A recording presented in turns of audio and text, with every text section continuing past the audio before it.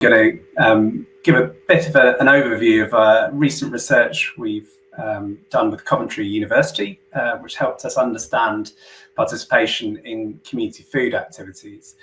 And the reason why we wanted to explore that further was because we see having more people and more community members playing more active roles in food systems, or more active food citizenship roles rather than sort of more passive food consumer roles, enables those food systems to become more resilient and to hopefully deal with the shocks that we're seeing in our food system today. So first of all, a little bit about the Soil Association. We have a vision of regeneration, a world in good health, in balance with nature, and a safe climate.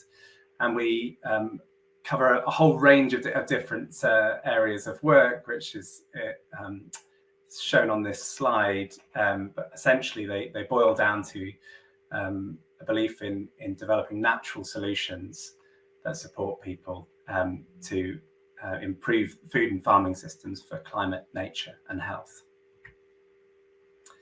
So we want to achieve that vision by delivering three key transitions in the food and farming sector. Firstly, a transition to agroecology and regenerative forestry in farming and land use. Secondly, a transition to healthy and sustainable diets and living for all. And thirdly, joining forces between those two transitions, recognizing that there are opportunities across the farm to fork journey to join forces for positive change and deliver a better future for nature, climate, and people. So just a brief overview of what I'll cover today, then just want to give you a bit of an outline of that research I mentioned. Secondly, share how we're applying some of the findings from that research into our practice already. And thirdly, just signpost you where you can find out a bit more. So diving into the research then, this research was made possible by funding from the National Lottery Community Fund as part of the Food for Life Get-Togethers programme. And we commissioned Coventry University's Research Centre for Agroecology, Water and Resilience to help us explore the motivations, barriers and enablers for participation in community food activities. There's a wealth of information and insight in the research, so I'll only be able to cover a brief overview today, but I would encourage you to explore some more details later. I guess the key finding for me was the acknowledgement of this importance of a social ecological approach to participation to help us understand what was going on here. So this recognises that there are multiple factors across multiple levels that influence participation in community food activities. So this diagram here starts in the sort of blue circle in the middle at the individual level, and that recognises that we all have different knowledge, skills, attitudes, values and beliefs that influence that ability to participate in community food activities. Moving outwards into the green sphere is the family level. So that is the level where we see close relationships with family members and friends influencing our behaviour again. Beyond that is the community level in the yellow circle there, which is thinking about places like settings like schools, which influence our opportunities to participate in community food activities, as well as places like care homes, community kitchens, gardens, and the characteristics or the demographics of a place as well. I'm into that level. Moving outwards again, the organisational level, that's where organisations like the Soil Association sit, who are trying to influence change there. And finally, the final circle is the policy level, thinking about government policies or societal norms of regulations that influence healthy and sustainable diets and participation in community food activities.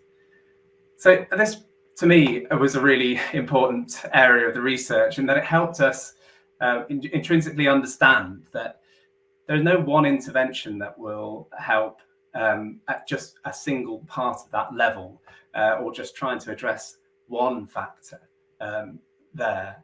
that will ultimately help us with the desired transition to healthy and sustainable diets. We need to work across the levels and recognise that there are multiple factors at play.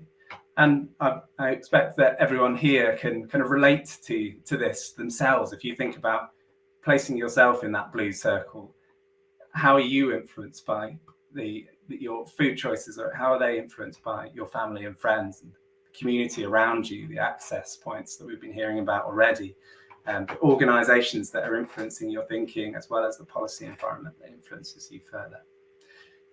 So that was a really key finding for us. And the research went on to delve into the details of across those sort of key areas of barriers, enablers, and motivations at each of those different levels, and pulled those together into themes at each level and for each area.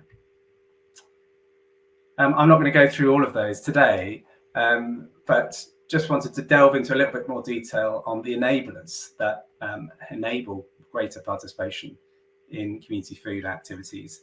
And this slide just shows how the research delved into the detail at each of those individual family, community, organisation and policy levels, and then pulled together the key themes, five key themes that were cross-cutting between them. And then delving into the research even further, it looked at those key themes and then made recommendations about at the organisational level or at different levels. This slide particularly shows the organisational level with the enabling factors that we could all apply to increase participation in community food activities. So these were 5 key points. First of all, co-designing activity with the community, ensuring that there is that buy-in from the start to ensure greater ownership and solutions that really meet that local community needs. Secondly, enabling access to key resources. So that's things like grants at different sizes and scales, as well as things like training and resources to enable greater knowledge and skills development. Thirdly, supporting effective networking and building community champions or leadership capacity, and I'll be talking a little bit more about that shortly. Fourthly, building a learning community, so where people can learn and reflect on what's worked and what hasn't in trying to affect participation in community food activities in that place. And then finally, building an inclusive approach, recognising that we need to build safe and inclusive spaces for people to take part. Interestingly, it also talks about the unique role that some organisations like the Soil Association play as a civic enabler, both working sort of downstream at the community, family and individual level, as well as trying to influence change sort of horizontally, if you like, across the organisation level with other organisations, as well as sort of upstream towards that policy and environment level as well. So it's an interesting way for us to start to frame and think about how we work and where we work. And that sort of led us to apply some of the learning into our practice. So within the Food for Life Get-Togethers programme, we've been supporting the effective networks and partnerships and building that learning community that it talked about in the research. Working with local partners, we're platforming solutions that work from at that sort of hyper-local community level, inspiring other people into action and making the connections across the good food movement to enable it to thrive. And then we've also really honed down on our thinking and our interventions around how we build that community champion capacity that it talked about in the research. And we've done that through a program called My Food Community, which we're now just going to watch a short film on if the technology works for us. Hoping to, I thought you were going to. My Food Community is a leadership programme to help build your knowledge, skills and expertise on leading a good food movement. So if you're passionate about making a change where you live around good food, local food systems and increase your own knowledge around what makes things work, please join us today. I just started in the role of Food Poverty Coordinator and I saw an opportunity to bring together different people in the food world into this sort of like training, learning, development space. As being a nutritionist, I was naturally drawn to this programme. I'm quite new to my role in my community, and it was just a really nice chance to be able to start to connect with other people, not just UK-wide, but also some of my neighbouring projects in South Wales, which was really important to me. So it's been great to be part of a big group of people, and they're all from slightly different organisations or backgrounds, so no one group is all the same. So we've got this massive diversity of knowledge and experiences, and it's really made me think about things differently.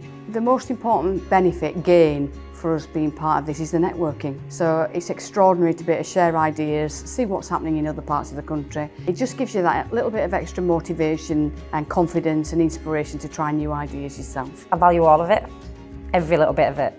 It's given me more ideas and more connections with like-minded people. So it makes you feel much stronger as a person to deliver, because you know it's not just you, you're part of a bigger something, a bigger picture. For me personally, it can be quite difficult when you're looking at such like systemic issues such as poverty. It can feel quite isolating and alienating. So my food community gives you inspiration, but also really gives you that connection to other like-minded people. That unity of coming together with other people can help you feel like you're really making a difference. I would definitely recommend my food community. I've really enjoyed it. It's a really good cross-section of people who are involved in it, and the team who run it have been really kind. Yeah, it's for everybody. Go for it. You really enjoy it. I would recommend my food community to anybody out there who is really wanting to make a difference when it comes to their community. It's a really good opportunity to learn from other people, to kind of look outwards and share that inspiration, share that learning. It's been great to be part of. Real privilege. It's like meeting your tribe. I would recommend my food community to anyone who's interested in anything from saving the planet to stopping food from going to landfill, to being concerned about families that are dropping into poverty, to looking at ways of community cohesion. If you've got an interest in that area, then using my food community as your start point, you will really come up with some great ideas, and you'll find that the impact you have in your community will just be very, very rapid, and it's got sustainability built into it as well. So once you start these activities, it's amazing how they grow. And you actually do end up with a whole new set of friends who have all got the same passion and interest that you do. And so we can share the links afterwards to how you can find out more by accessing our webpage around My Food Community. And we are, as was mentioned earlier, we are currently recruiting our second cohort for the My Food Community programme. Applications are coming in at the moment, and we'll be closing on the 11th of July. So if you know anyone in the UK who'd like to get involved in that, please do point them our way. If you'd like to find out a bit more, hear a bit more about the research that I've just outlined here, really only have scratched the surface, but there is a webinar with a bit more of a deep dive into the research, led by the research team who delivered the project for us from Coventry University. And again, the links there to that. Or if you prefer to read the research reports, then you can access those on our website. There is a literature review, an empirical study, and also a synthesis report as well. And finally, if you're interested in those networking events that I mentioned, you can sign up on our website too. Just finally from me, a little look ahead to what's coming up. So we have got a new research project, which is just getting going at the moment. Again, it's with Coventry University's Research Centre for Agroecology, Water and Resilience. And essentially, it's covering these two key research questions, but looking at the approaches and the metrics that agencies or organisations have used to successfully improve the health and sustainability of diets in communities and places. And then looking at what are the kind of frameworks that we could put in place, like the social ecological approach that I mentioned earlier, to be able to effectively enable that transition to healthy and sustainable diets in communities and places, and crucially track progress against it as well.